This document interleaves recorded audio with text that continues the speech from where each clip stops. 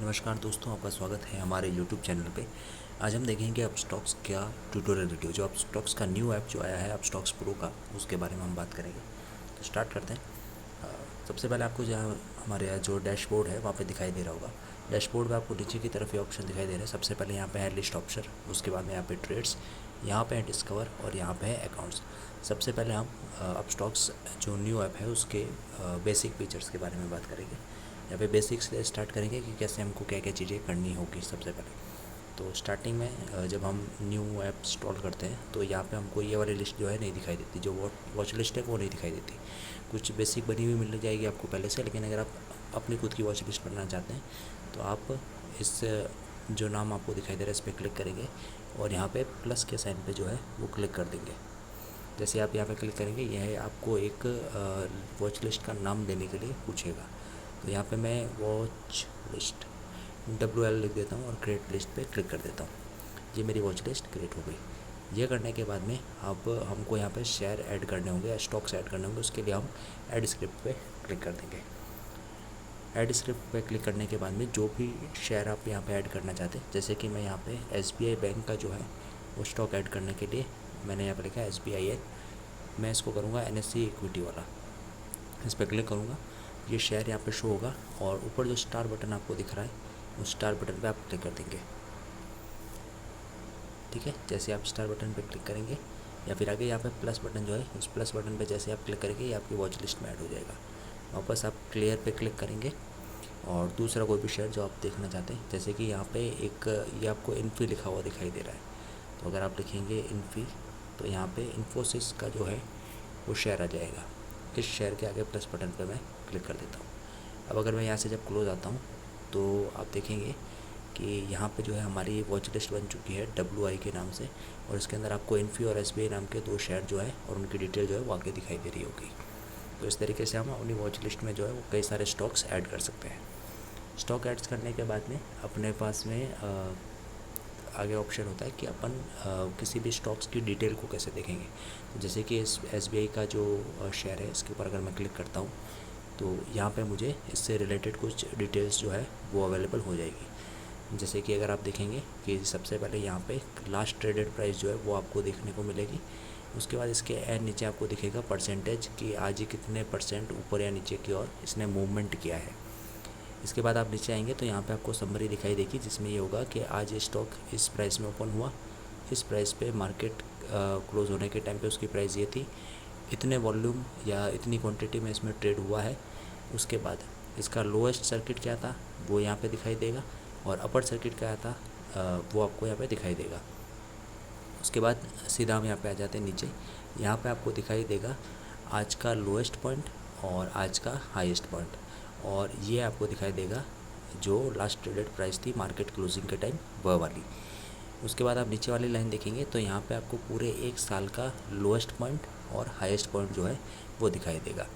इसके अलावा अगर हम देखते हैं नीचे वापस स्टॉक जब मूव करते हैं तो यहाँ पे आपको दिखाई देगा मार्केट डेप्थ, या फिर मार्केट में जब ट्रेडिंग आवर्स थे तो उसमें कौन से कितने ऑर्डर किस किस प्राइस पे या कितनी क्वांटिटी में यहाँ पर इन्वेस्टर्स ने लगा रखे थे, वो सारी डिटेल आपको यहाँ पे शो हो जाएगी। इसके बाद अगर हम यहाँ पे स्क्रॉल करेंगे तो यहाँ पे कुछ इनसाइट्स वगैरह और कंपनी की डिटेल्स वगैरह आपको यहाँ पे अवेलेबल हो जाएगी। तो इससे भी आप पूरा स्क्रॉल करके देख सकते हैं। उसके बाद अगर हम आ जाते हैं सबसे ऊपर और यहाँ पे समरी के बाद में आगे ऑप्शन मिलता है हमको चार्ट्स का। अगर मैं चार्ट्स पे क्लिक करता हूँ तो यहाँ पे अपन को कुछ ऑप्शन अवेलेबल हो जाते हैं उस कंपनी के या फिर स्टॉक के चार्ट पैटर्न या कैंडलस्टिक पैटर्न के। यहाँ पे आप जो टाइम जोन है उसको भी अलग अलग टाइम पे सेट कर सकते हैं। ठीक है, और चार्ट की मूवमेंट या फिर उसको अपने हिसाब से जिस तरीके से आप एडजस्ट करना चाहते हैं कर सकते हैं। इसके अलावा अगर आप आगे यहाँ पे आएंगे तो यहाँ पे आपको न्यूज़ का ऑप्शन मिलेगा। न्यूज़ ऑप्शन में मैं क्लिक करता हूँ तो उस स्टॉक से रिलेटेड जो भी न्यूज़ मार्केट में अभी जो इम्पोर्टेंट है वो यहाँ पे आपको अवेलेबल हो जाएगी।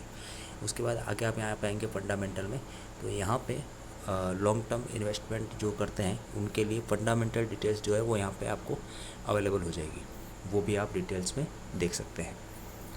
यहाँ तक करने के बाद में हम एक बार बैक आ जाते हैं। जब आप स्टॉक सारे देख लेंगे अगला ऑप्शन होता है अपने पास में या फिर अगला स्टेप होता है फंड ऐड करना। उसके लिए हम आएंगे यहाँ पे नीचे की तरफ एक आपको अकाउंट नामक ऑप्शन मिलेगा। इस पर अगर मैं क्लिक करता हूँ तो यहाँ पे आपको एक पेज ओपन होगा जिसमें आपको ऑप्शन मिलेगा फ़ंड ऐड करने का। तो यहाँ पे आप देख पा रहे हैं कि यहाँ पे कार्ड अवेलेबल है। इस कार्ड के ऊपर अगर मैं करता हूँ क्लिक तो यहाँ पे ये मुझे ऑप्शन देता है ऐड फंड का, ये रहा। तो मैं ऐड फंड के ऊपर क्लिक कर देता हूँ और यहाँ पे जो भी फ़ंड आप ऐड करना चाहते हैं, जितना अमाउंट आप ऐड करना चाहते हैं वो आप यहाँ पे लिख सकते हैं। जैसे कि अगर मैं यहाँ पे 2500 सेलेक्ट करता हूँ या फिर मैं इसको मैनुअली भी लिख सकता हूँ। जैसे कि मैं यहाँ पे अपना अमाउंट लिख देता हूँ 5000 रुपये। ये करने के बाद में आपको कुछ ऑप्शन यहाँ पे अवेलेबल होंगे। ऑप्शन क्या होंगे कि आप यूपीआई के द्वारा जो है या फिर अदर पेमेंट मेथड है उसके द्वारा भी आप यूज़ कर सकते हैं। अगर मैं अदर पेमेंट में जाऊँ तो यहाँ पे वाया यूपीआई आईडी, आप यहाँ पे यूपीआई आईडी अपनी लिखेंगे, ठीक है। तो ये क्या करेगा, उस यूपीआई आईडी से आपका जो है पेमेंट एक्सेप्ट कर लेगा। अगर आप वाया यूपीआई आईडी करते हैं तो ये आपके फ़ोन में सेलेक्ट करने के बाद में आपके फ़ोन में जो भी यूपीआई आईडी एप्लीकेशन या इंस्टॉल है वो अपने आप से चेक करके यहाँ पे आपको शो कर देगा। जैसे कि मैंने यहाँ पे अपने फ़ोन में फ़ोनपे इंस्टॉल कर रखा है तो ये मुझे फ़ोनपे का ऑप्शन दे रहा है। जैसे ही मैं इस पर क्लिक करूँगा ये सीधा मुझे फ़ोनपे पे रीडायरेक्ट करेगा और वहाँ से सीधा फंड ऐड करने का ऑप्शन दे देगा। अगर मैं यूपीआई आईडी पे क्लिक करके कंटिन्यू टू यूपीआई आईडी करता हूँ तो यहाँ पे ये मुझे यूपीआई आईडी टाइप करने का ऑप्शन देता है और जैसे ही मैं यूपीआई आईडी टाइप करने के बाद मैं सबमिट पे क्लिक करूँगा ये अपने आप मुझे उस यूपीआई आईडी के ऊपर एक रिक्वेस्ट भेज देगा जहाँ से मुझे जाके एक्सेप्ट करना होगा। फंड ऐड करने के बाद में अगला ऑप्शन अपने पास में, अगला स्टेप हमारे पास में होता है ऑर्डर प्लेस करने का। ऑर्डर प्लेस करने के लिए मैं यहाँ पे इस स्टॉक को ओपन कर लेता हूँ या फिर यहाँ से भी मैं कर सकता हूँ सेल का ऑर्डर और बाई का ऑर्डर, जो भी मैं लगाना चाहता हूँ। मैं इस पर क्लिक करता हूँ और यहाँ पे मुझे नीचे बाई का बटन दिख रहा है। मैं इस बाई के बटन पे जैसे ही क्लिक करूँगा यहाँ पे मुझे सबसे पहले 2 ऑप्शन सबसे ऊपर अवेलेबल हो रहे हैं, हम यहीं से शुरू करेंगे। बाकी के ऑप्शन जो है यहाँ पे आपको एक्सचेंज दिख रहे हैं या फिर ये जो रेगुलर जीटीटी ऑर्डर दिखता है इसको हम ध्यान नहीं देंगे अभी। पहले हम ऊपर जो डिलीवरी इंट्राडे ऑप्शन है एक फ्रेशर के लिए यही सबसे इंपॉर्टेंट है, तो हम यहीं से शुरू करेंगे। अगर आप लॉन्ग टर्म के लिए किसी स्टॉक को बाई करना चाहते हैं तो हम डिलीवरी ऑप्शन को सेलेक्ट करेंगे। अगर आप सेम डे ट्रेड करना चाहते हैं यानी आज ही कोई स्टॉक खरीद कर और आज ही बेचना चाहते हैं तो उसके लिए हम इंट्राडे या सेम डेट पर क्लिक करेंगे। तो अगर मैं यहाँ पे सबसे पहले डिलीवरी सेलेक्ट कर लेता हूँ, यहाँ पे मुझे लेनी है अपनी क्वांटिटी की, कितनी क्वांटिटी मुझे बाय करनी है इस स्टॉक की एसबीआई की। तो यहाँ पे मैं लिख देता हूँ 50 क्वांटिटी। 50 क्वांटिटी लिखने के बाद में यहाँ पे आप देख रहे होंगे कि एक मार्केट नाम से एक ऑप्शन अवेलेबल है जो लॉक हो रखा है। इस पर आप जैसे ही क्लिक करोगे अनलॉक हो जाएगा और यहाँ पे ये मार्केट से लिमिट के ऊपर स्विच हो जाएगा। इसका मतलब ये है कि अगर आप किसी भी स्टॉक को मार्केट पे बाय करते हैं तो उसका मतलब ये हुआ कि करंट प्राइस जो अभी चल रही होगी, जैसे कि यहाँ पे 572 अभी इसकी करंट प्राइस चल रही है, तो ये इसी प्राइस के अंदर इस स्टॉक को बाय करेगा। इसी तरीके से अगर मैं लिमिट में चला जाता हूँ तो यहाँ पे ये उस प्राइस में बाय करेगा जिस प्राइस में मैं ख़रीदना चाहता हूँ। अगर करंट प्राइस 572 रुपये है और अगर यहाँ पे मैं ऑर्डर लगाता हूँ 550 रुपये का, तो जब ये प्राइस उसकी ड्रॉप होकर 550 तक आ जाएगी तब ये उस स्टॉक को बाय कर लेगा, ठीक है। तो अभी मैं इसको मार्केट प्राइस पर ही रख देता हूँ। एडिशनल सेटिंग जब हम ज़्यादा इसके बारे में डिटेल में बात करेंगे तब मैं बताऊँगा।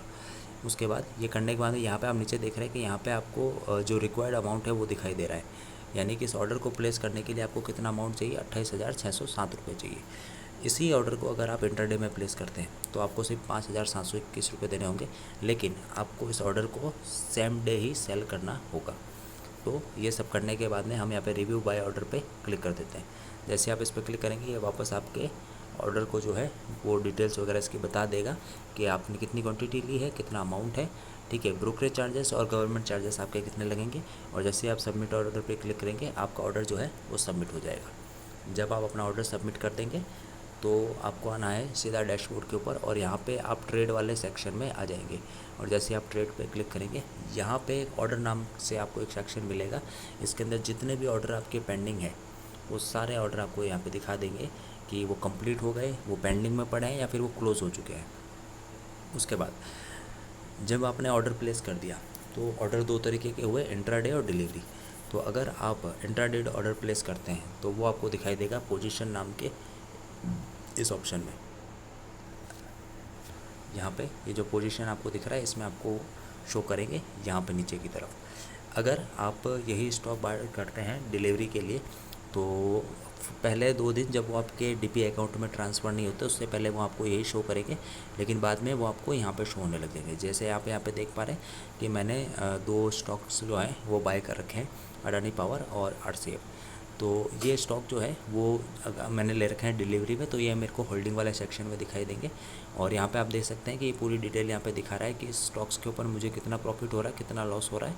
ठीक है, वो सारी डिटेल यहाँ पे दिखाई देगा कि ऑल ओवर कितना प्रॉफिट है, ये मेरा दिखा रहा है यहाँ पे। और ये मेरा आज का प्रॉफिट जो है वो भी मुझे यहाँ पे दिखा रहा है। अगर मैं इस पर क्लिक करता हूँ तो ये और कंप्लीट डिटेल में दिखा दिया। ये मेरा आज का प्रॉफिट लॉस, ये मेरा overall all time profit loss, ये सारा दिखाई दे रहा है। ठीक है, उसके बाद तो ये हो गया मेरा ओवरऑल और ये हो गया मेरा आज का प्रॉफिट।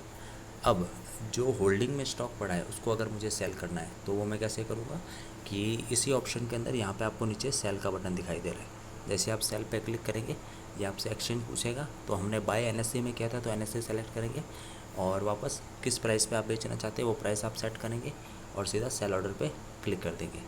ठीक है, अब यहाँ पे ये कह रहा है कि ADIS facility available on 7 to 9 PM, यानी कि अभी जो है वो मार्केट आवर्स नहीं है तो या फिर मार्केट क्लोज है, तो अभी ये ऑर्डर आपका काम नहीं करेगा। लेकिन अगर आप इस पर रिव्यू करेंगे तो रिव्यू करने के बाद में जिस तरीके से आपने बाय करते टाइम इसने ऑप्शन पूछा था, ये रिव्यू करने के बाद में आपको आगे प्रोसीड कर देगा। ठीक है, तो सेल ऑर्डर लगने के बाद में अब आगे ऑप्शन बचता है हमारे पास में विड्रॉल करने का, कि अगर आपने फ़ंड ऐड कर दिया, आप विड्रॉल आप करना चाहते हैं तो उसके लिए आप क्या करेंगे, इस पर क्लिक करेंगे और यहाँ पे जब आप आएंगे नीचे तो यहाँ पे आपको एक विड्रॉल का जो है बटन मिल जाएगा। जैसे आप इस पर क्लिक करेंगे ये आपसे पूछेगा कि आप कितना अमाउंट अपना विड्रॉल करना चाहते हैं। तो अगर आप बैक आएंगे तो यहाँ पे आपका विड्रॉएबल अमाउंट जो है वो आपको शो करेगा। यहाँ पे विड्रॉएबल अमाउंट, इसके ऊपर अगर आप क्लिक करेंगे वापस यहाँ पे भी आपको शो करेगा और यहाँ से आप आएंगे नीचे और विड्रॉ फंड पे क्लिक कर देंगे। यहाँ पे जितना अमाउंट जैसे 100%, 50% या फिर अगर आप मैनुअल एंट्री डालना चाहते हैं तो मैनुअल एंट्री डालने के बाद में आप कंटिन्यू करेंगे तो वो आपकी रिक्वेस्ट एक्सेप्ट कर लेगा और नेक्स्ट डे आपके अकाउंट के अंदर जितना अमाउंट आपने यहाँ पे टाइप किया और जितना आपका विड्रॉएबल अमाउंट मौजूद है आपके अकाउंट में वो आपका विड्रॉल करके आपके अकाउंट में भेज देगा। ठीक है, तो आज के अब स्टॉक्स वीडियो के लिए इतना ही। अगली बार मिलते हैं हमारे अगले किसी वीडियो में जहाँ पे आपको और भी डिटेल में और भी जानकारी दी जाए। धन्यवाद।